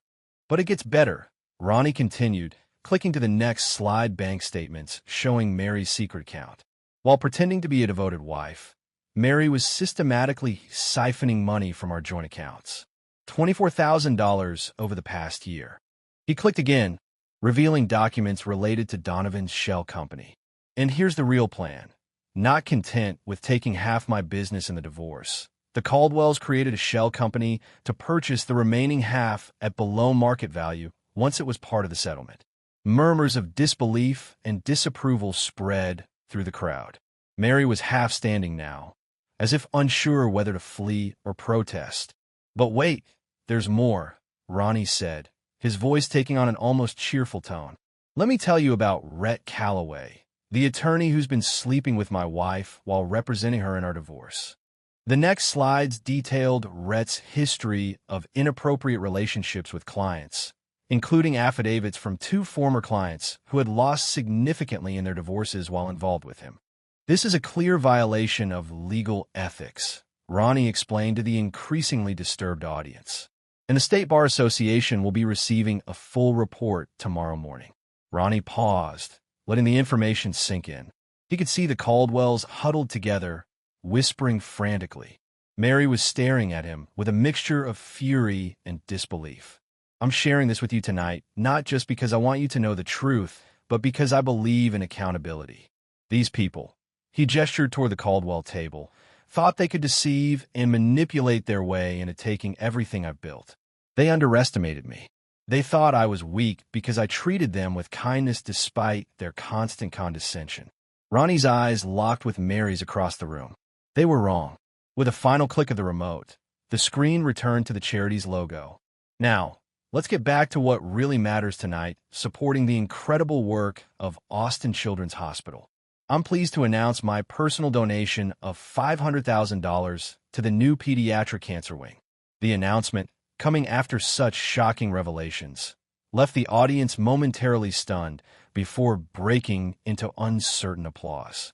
Ronnie stepped away from the podium, his heart pounding but his mind clear. It was done. The truth was out. As he made his way back to his table, he could see people already turning to whisper to each other, phones coming out to spread the news to those not present. Mary and her family were in disarray. Barbara was practically hyperventilating, Lester was ashen-faced, and Donovan looked like he might be sick. Mary sat frozen, tears streaming down her face. Ronnie didn't return to their table. Instead, he nodded to Jackson, who was waiting by the exit. His part in this evening was done. Let Mary and the Caldwells deal with the fallout on their OWN. As he stepped into the cool night air, Ronnie felt lighter than he had in weeks. The betrayal still hurt. It would probably always hurt on some level, but the scales had been balanced. Justice, cold and precise, had been served. His phone buzzed in his pocket. A text from Delaney, masterfully done, heading to Lester's yacht club tomorrow to deliver the evidence of his tax evasion. The IRS will be very interested. Ronnie smiled grimly. The night's revelations were just the beginning for the Caldwells. By this time tomorrow, Lester would be facing a tax audit. Donovan's fraudulent business dealings would be exposed, and Rhett would be fighting to save his law license to AS for Mary. Ronnie had something special planned for her, something that would ensure she understood exactly what she had thrown away. Justice was indeed a dish best served cold. Ronnie woke the morning after the gala to 47 missed calls and text messages exactly as he had anticipated that day in his office when he first learned of Mary's betrayal. 23 from Mary, 15 from Barbara, 5 from Lester, and 4 from Donovan. Not a single one from Rhett Calloway. Interestingly enough, that he ignored them all, focusing instead on the text from Jackson. You made the news. Front page of the Austin Business Journal's website. Local business owner exposes divorce conspiracy at charity gala. Ronnie smiled as he scanned the article on his phone. The reporter had been thorough, detailing the revelations from the previous night with quotes from several attendees. The Caldwells were described as visibly shaken and had declined to comment when approached after the event. Good. Let them squirm. His phone rang again, Mary's number. For the first time since this began, Ronnie answered. Hello, Mary. How could you?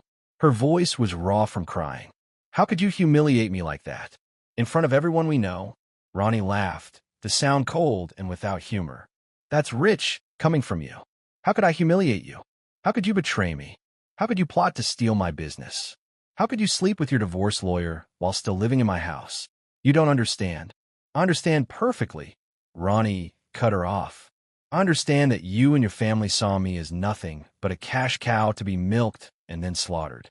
I understand that our entire marriage was probably a lie. What I don't understand is how you thought you'd get away with it. Mary was silent for a moment. When she spoke again, her voice had hardened. This isn't over, Ronnie. You may think you've won, but you've just made things worse for yourself. My lawyer, your lover, you mean? Ronnie interrupted. I wouldn't count on Rhett's help going forward. He's got his own problems now. The State Bar Association tend to take a dim view of attorneys who sleep with their clients. You bastard, Mary hissed. You planned this. All of it. The flowers, the gifts, pretending you wanted to save our marriage. It was all just to set me up. No, Mary. You set yourself up. All I did was make sure everyone knew exactly who you really are. I'll fight you for every penny, she threatened. I'll drag this divorce out for years if I have to. You're welcome to try, Ronnie said calmly. But before you do, you might want to check your financials. Your credit cards have been canceled. The joint accounts have been closed. And the house? You'll find your access codes no longer work. You can't do that. Mary's voice rose in panic. That's our home. Actually, it's my home, Ronnie corrected her. If you check the deed, which I'm sure your new lawyer will want to do, you'll find it's solely in my name. The title was transferred last week as part of a business restructuring. Completely legal, by the way. That's not possible, Mary whispered. The house was in both our names. Was being the operative word. Amazing what good lawyers can accomplish when motivated. There was a long silence on the other end of the line. Ronnie could almost hear the wheels turning in Mary's mind as she realized the full extent of what he had done. You're lying, she finally said, though her voice lacked conviction. This is just another trick. Check for yourself, Ronnie suggested. In fact, why don't you come by the house this afternoon? I'll have your things packed and waiting. My things? You're throwing me out. Did you think I'd let you continue living in my house after what you've done? Ronnie's voice was incredulous. Be there at 2 p.m., or I'll have everything donated to charity. He hung up before she could respond, a grim satisfaction settling over him. Phase 1 of his plan had been executed flawlessly. Now for Phase 2. At precisely 2 p.m., Mary's car pulled into the driveway of what had been their home. Ronnie watched from the window as she sat there for a moment, visibly gathering her courage before getting out. He opened the door before she could ring the bell or use her key, which would no longer work anyway. Right on time, he said coolly, stepping aside to let her enter. Mary looked terrible. Her eyes were red and puffy from crying. Her hair was pulled back in a hasty ponytail, and she wore no makeup.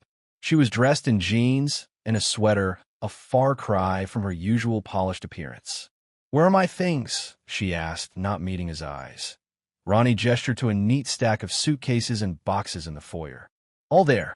Clothes, jewelry, personal items. I had Jackson's wife pack them to ensure nothing was missed." Mary stared at the pile, seeming to grasp for the first time the finality of what was happening. Just like that, 5 years of marriage reduced to a few boxes. 5 years of lies. Ronnie corrected her. And yes, just like that. She finally looked at him, her eyes swimming with tears. "Ronnie, please. Can we talk about this? Really talk? No games, no lawyers, just us. We're way past talking, Mary." Ronnie's voice was flat. "You made your choice a year ago when you started planning this with your family. The time for talking was before you decided to betray me. I made a mistake," she admitted, a note of desperation entering her voice. "A terrible mistake. But we can fix this. We can start over." Ronnie studied her, wondering if she actually believed what she was saying or if this was just another manipulation. "Start over? After you tried to take everything from me? After you slept with another man? After you conspired with your family to destroy me? I'll end things with Rhett," Mary promised quickly. "I'll cut ties with my family if that's what it takes. I'll sign whatever prenup you want. Just don't throw away what we had." For a brief moment, Ronnie allowed himself to imagine it forgiving Mary, rebuilding their marriage, trying to find a way forward. But the image wouldn't hold. The trust was irreparably broken. There was no going back. "What we had was a lie," he said finally. "And even if it wasn't, it's gone now. Some things can't be fixed, Mary. Some betrayals cut too deep." Mary's face crumpled, real tears flowing now. "Please, Ronnie. I love you. I've always loved you." "No," Ronnie said quietly but firmly. "You loved what I could give you. There's a difference." He stepped back, putting more distance between them. "Your things are there. Take them and go. My lawyer will be in touch about the divorce proceedings." "And where am I supposed to go?" Mary asked, anger beginning to replace the tears. "You've left me with nothing. You have your job, your family, your lover." Ronnie shrugged. "That's more than you planned to leave me with." Mary stared at him, realizing the depth of his knowledge about her plans. "You've been watching me, investigating me." "Of course I have," Ronnie confirmed. "Did you think I wouldn't fight back once I discovered what you were doing? Did you think I'd just roll over and let you and your family take everything I've built? How did you find out?" Mary asked, genuine curiosity in her voice despite the situation. What gave it away? Ronnie considered not telling her, but decided the truth might be the cruelest cut of all. "I overheard you and Donovan on the patio the night your family came for dinner. Already working on it. My lawyer says we can take half his business too." "Remember saying that?" Mary blanched. "That long ago? You've known since then? Every flower, every gift, every dinner date after that was part of my plan," Ronnie confirmed. "While you thought you were manipulating me, I was always 3 steps ahead of you." The realization seemed to physically impact Mary, causing her to stumble slightly and grab the wall for support. "So it was all fake. Everything you said about wanting to save our marriage. Just like your love for me was fake," Ronnie responded without sympathy. "Seems fitting, doesn't it?" Mary straightened, anger now fully replacing the tears. "You're going to regret this, Ronnie. You may think you've won, but this isn't over. Actually, Mary, it is over." Ronnie's voice was calm, confident. "Your family's reputation is in shambles. Your lover is facing professional ruin. Your finances are cut off. The house is mine. The business is protected. What exactly do you think you can do to me now?" Mary had no answer for that. She stared at him, a mixture of fury and defeat in her eyes. "Take your things and go," Ronnie said again. "There's nothing left for you here." Without another word, Mary began gathering her suitcases and boxes. Ronnie watched impassively as she struggled to carry everything to her car, making no move to help her. This was her burden to bear, both literally and figuratively. When the last box was loaded, Mary turned to face him one final time. "You know what the saddest part is? I really did love you once." "If that's true," Ronnie replied, "it makes what you did even worse." He closed the door without waiting for her response, listening as her car started and backed out of the driveway. Only when he could no longer hear the engine did he allow himself to truly feel the emotions that had been building, not just anger and satisfaction, but a profound sense of loss for what might have been if she had been the person he thought she was. But that person had never existed. The real Mary had shown herself through her actions, and now she was facing the consequences that Ronnie's phone buzzed with a text from Jackson. Delaney just delivered the tax evasion evidence to the IRS. Lester should be getting a call within the hour.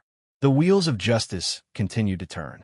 The Caldwells were just beginning to understand the full extent of their miscalculation in crossing Ronnie Harrington. The days following the gala unfolded exactly as Ronnie had planned, with the Caldwell family's carefully constructed world crumbling piece by piece. Donovan was the first to fall. The morning after Mary collected her belongings, the Texas Securities Board announced an investigation into his business dealings. The evidence Jackson had uncovered fraudulent investment schemes, misappropriated funds, falsified financial statements was damning. By noon, Donovan's office had been raided, his computers seized, and his accounts frozen. Ronnie watched the coverage on the local news with a cold satisfaction. Donovan had always looked down on him, had always treated him as if his success was somehow illegitimate because he worked with his hands. Now the truth was out between the two of them. Donovan was the fraud. Next came Lester. True to her word, Delaney had delivered a comprehensive dossier on his tax evasion to the IRS. The audit was immediate and thorough, revealing years of undeclared income, illegal deductions, and offshore accounts designed to hide wealth from the government. The Austin Chronicle ran a scathing article detailing the investigation, complete with quotes from former business associates eager to distance themselves from the scandal. Lester's country club membership was quietly revoked. Invitations to charity boards were rescinded. The social ostracism that the Caldwells had always feared was now their reality. That Barbara's fall was more subtle, but no less devastating. As the matriarch who had prided herself on the family's social standing, she now found herself excluded from the very circles she had once dominated. Lunch invitations dried up. Text messages went unanswered. The women who had once hung on her every word now crossed the street to avoid having to speak with her. And then there was Rhett Calloway. As promised, Ronnie had forwarded all evidence of his ethical violations to the State Bar Association. The investigation was swift and decisive. Rhett's license to practice law was suspended pending a full hearing, but the damage to his reputation was already done. No law firm would touch him. No client would trust him. His career, built on charm and connections rather than integrity, was effectively over. Mary, perhaps, suffered the most complete downfall. With no access to Ronnie's assets, her financial situation deteriorated rapidly.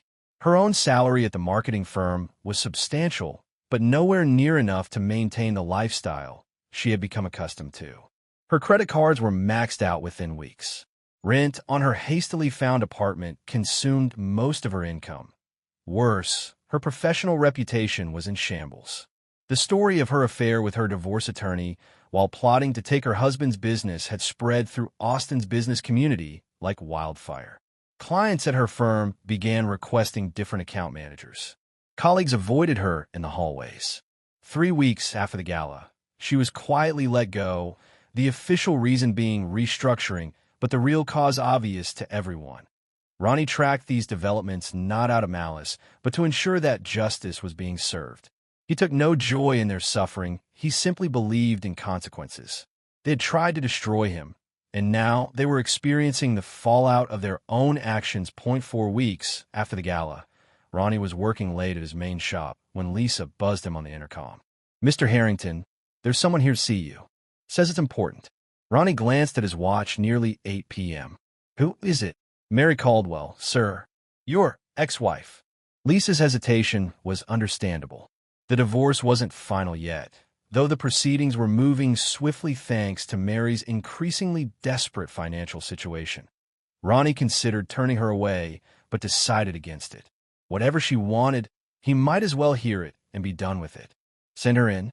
The woman who entered his office bore little resemblance to the polished, confident Mary he had married. Her clothes were simple and slightly rumpled.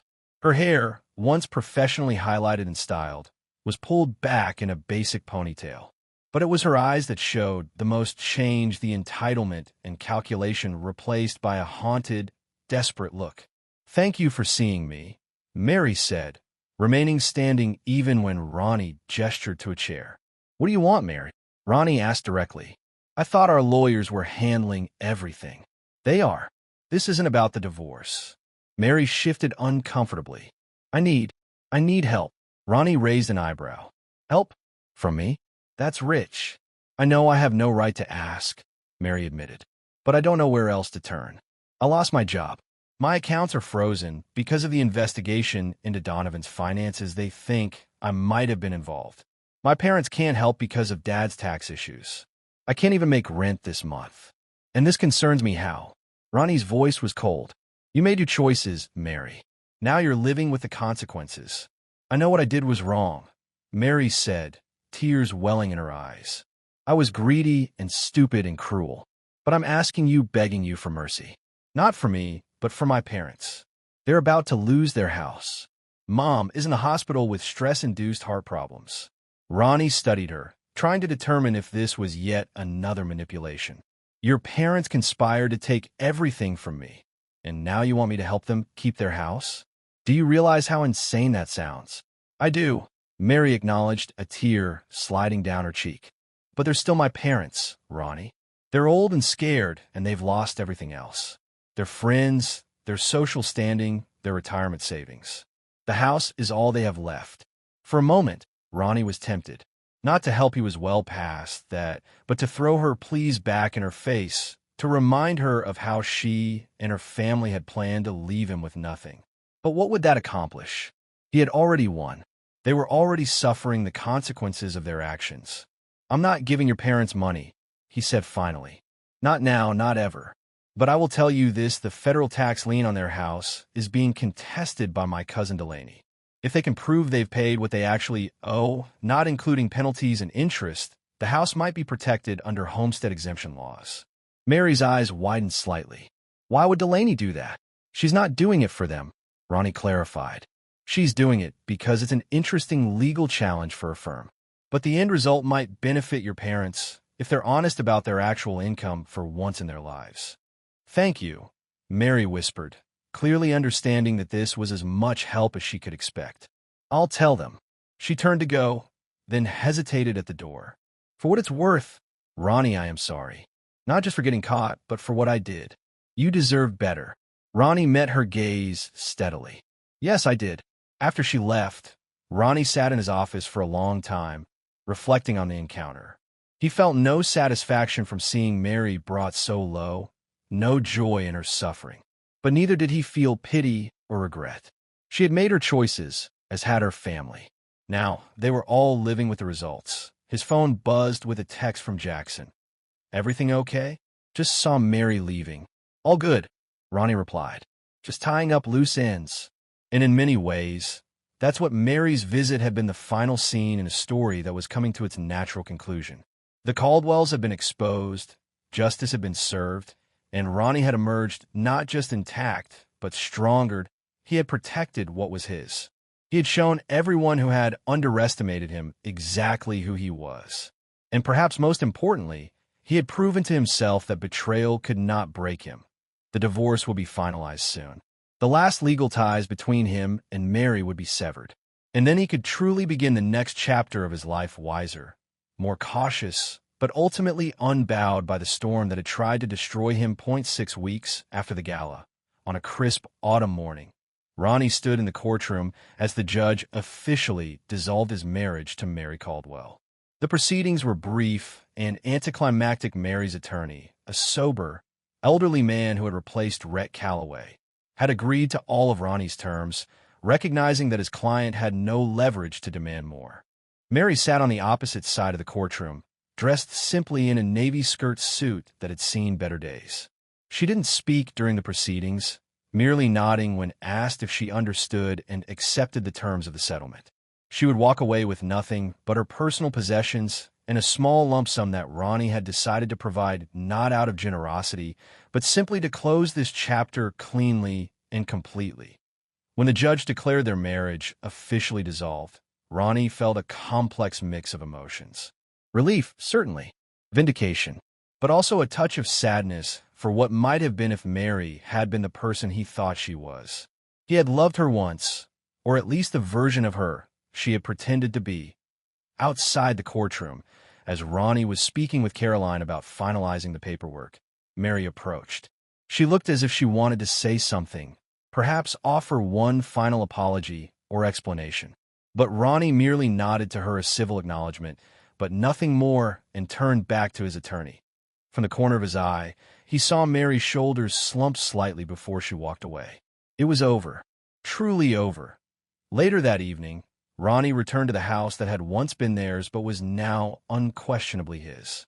He had redecorated in the weeks since Mary's departure, removing every trace of her presence. New furniture, new artwork, new color scheme, a physical manifestation of the fresh start he was creating for himself. The doorbell rang as he was pouring himself a celebratory whiskey. Curious, he checked the security camera to see Barbara Caldwell standing on his porch. For a moment, he considered ignoring her, but curiosity won out. What could she possibly want now? Barbara, he said flatly as he opened the door. This is unexpected. She looked older than when he had last seen her, the stress of recent weeks etched into deeper lines around her eyes and mouth. Gone was the designer clothing and perfect coiffure. In their place was a simple pants, suit, and hair that showed its natural gray. Ronnie, she began, her voice lacking its usual imperious tone. May I come in? Just for a moment. Against his better judgment, Ronnie stepped aside to allow her entry. He led her to the living room, but did not offer her a seat or a drink. This was not a social call, and he would not pretend otherwise. What do you want, Barbara? He asked directly. I came to thank you, she said, surprising him, for what you told Mary about the homestead exemption. Delaney's firm is representing us now. They think we might be able to keep the house. Ronnie shrugged. That was Delaney's decision, not mine. But you didn't have to tell Mary about it, Barbara pointed out. You could have let us lose everything. That was never my goal, Ronnie said honestly. I wanted justice, not revenge. There's a difference. Barbara nodded slowly. I'm beginning to understand that. She hesitated, then pressed on. I also came to apologize. What we did, what I encouraged Mary to do, was unforgivable. I see that now. Why did you do it? Ronnie asked, genuinely curious. I was good to Mary. I treated your family with respect despite how you treated me. Why try to destroy me? Barbara looked away, shame evident in her posture. It wasn't about you, not really. It was about control. Mary was the first in our family to marry someone self-made, someone who didn't come from our world. I was afraid she would change, that she would drift away from us. So I poisoned her against you bit by bit. And the business? The plan to take half and then buy the rest for pennies on the dollar. Lester's idea, Barbara admitted. He always resented your success, how you built something from nothing while he inherited everything and still struggled to maintain it. He thought if he controlled your business, it would somehow validate him. Ronnie shook his head, disgusted but not surprised. And Mary? Was she just a pawn in all this? No, Barbara said, meeting his eyes. Mary made her own choices. She could have said no to us, could have been loyal to you. She chose not to be. The simple truth of it hung in the air between them. Mary had chosen betrayal over loyalty, greed over love. Whatever her parents' influence, the ultimate decision had been hers. I don't expect forgiveness, Barbara continued after a moment. I don't deserve it, but I wanted you to know that I understand now what we did to you, and I am truly sorry for my part in it. Ronnie studied her, searching for signs of manipulation or insincerity.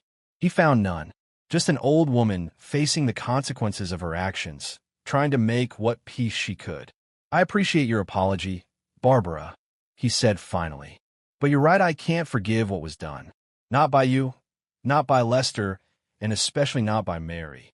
Some betrayals cut too deep for forgiveness. Barbara nodded, accepting his response. I understand. She moved toward the door, then paused. For what it's worth, Ronnie, You would have made a wonderful father. Better than Lester ever was. The words hit Ronnie unexpectedly, touching on dreams he had held for his future with married children, family, legacy. Dreams that had been shattered by her betrayal. "Goodbye, Barbara," he said, his voice firm but not unkind. "I wish you well, but our paths won't cross again." "I know," she replied simply. "Goodbye, Ronnie." After she left, Ronnie returned to his whiskey, sipping it slowly as he reflected on Barbara's visit. Her apology changed nothing. The damage was done. The relationships severed beyond repair. But there was a certain closure in hearing her admit the wrong that had been done, in knowing that she recognized the gravity of their actions. His phone buzzed with a text from Delaney. "Finalizing the Caldwell homestead exemption case tomorrow. Should protect the house, but nothing else." "That work for you?" "Yes," Ronnie replied. "Let them keep the house. But make sure they understand it's not mercy, it's justice. They pay exactly what they legally owe, not a penny less." "Understood," came Delaney's response. "And congratulations on the divorce being finalized. You're finally free." Free. The word resonated with Ronnie. Free from Mary's deception, from the Caldwell's manipulation, from the weight of betrayal he had carried these past months. He walked to the large windows overlooking the city lights, whiskey in hand. In the reflection of the glass, he could see himself standing tall, unbowed, stronger for having weathered the storm. The man staring back at him was not the same one who had overheard that fateful conversation on the patio.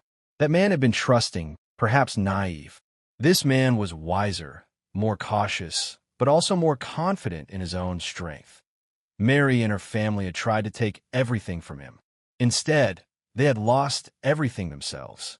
Not because Ronnie had set out to destroy them, but because justice had a way of finding those who deserved it.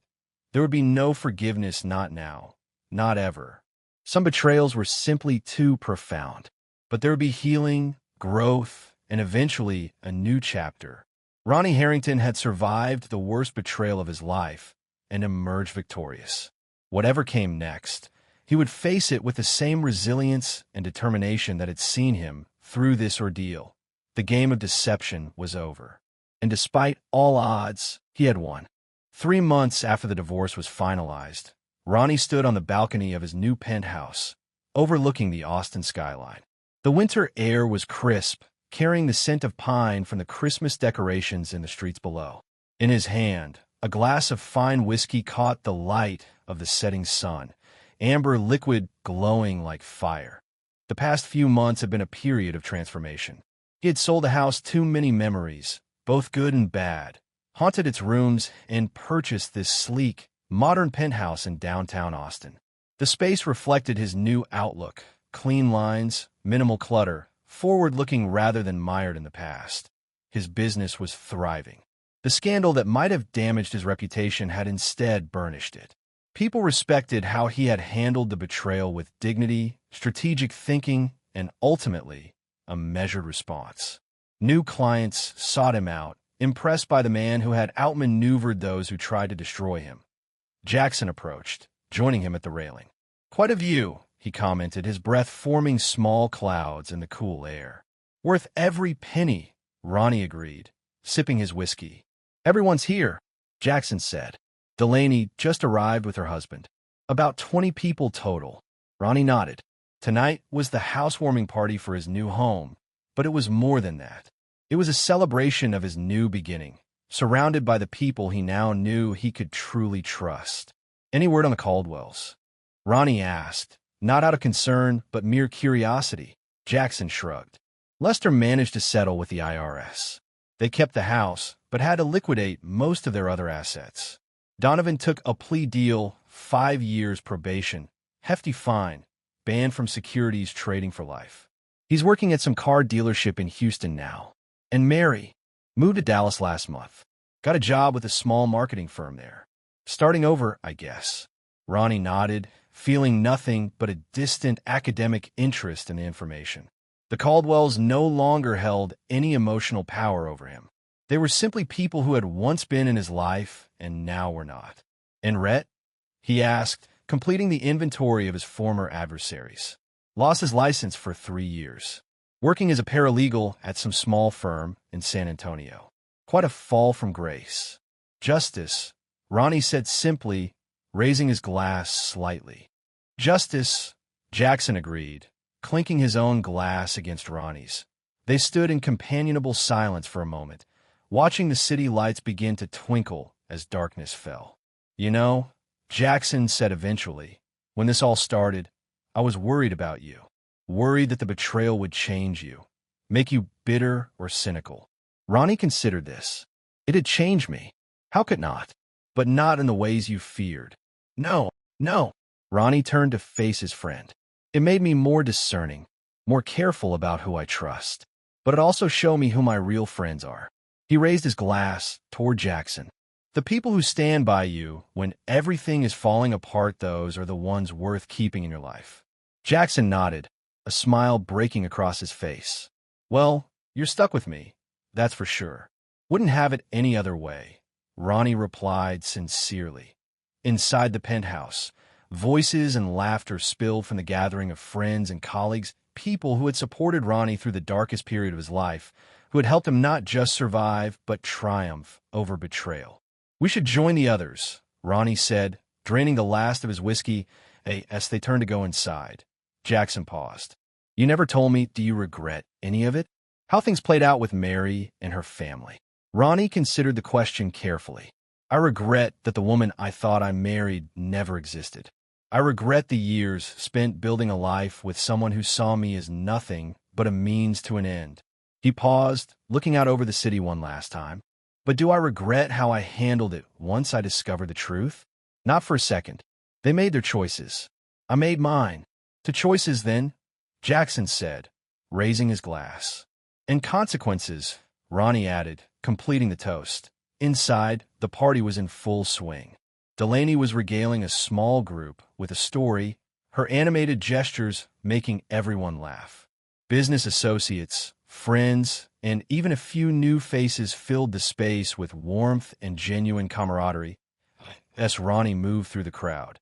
Accepting congratulations on his new home and catching up with friends, he felt a sense of peace that had been absent for too long. The betrayal that had nearly destroyed him had instead forced him to rebuild something stronger, not just his business, but his life and his sense of self. Later that night, after the last guest had departed, Ronnie stood once more on the balcony, looking out at the city he had conquered twice now, first through his business success, and then by refusing to be defeated by those who had tried to take it all away. In his mind, he replayed that moment in the garage, when he had overheard Mary and Donovan plotting his downfall. At the time, it had felt like his world was ending. Now, he recognized it for what it truly was, the moment his real life began. Mary and the Caldwells had wanted to take everything from him. Instead, they had freed him. Freed him from deception, from false love, from a future built on lies. In trying to destroy him, they had only destroyed themselves. Ronnie Harrington smiled as he turned away from the view, heading inside to his new home. Sometimes, the best revenge wasn't revenge at all, it was simply living well. And that's exactly what he intended to do.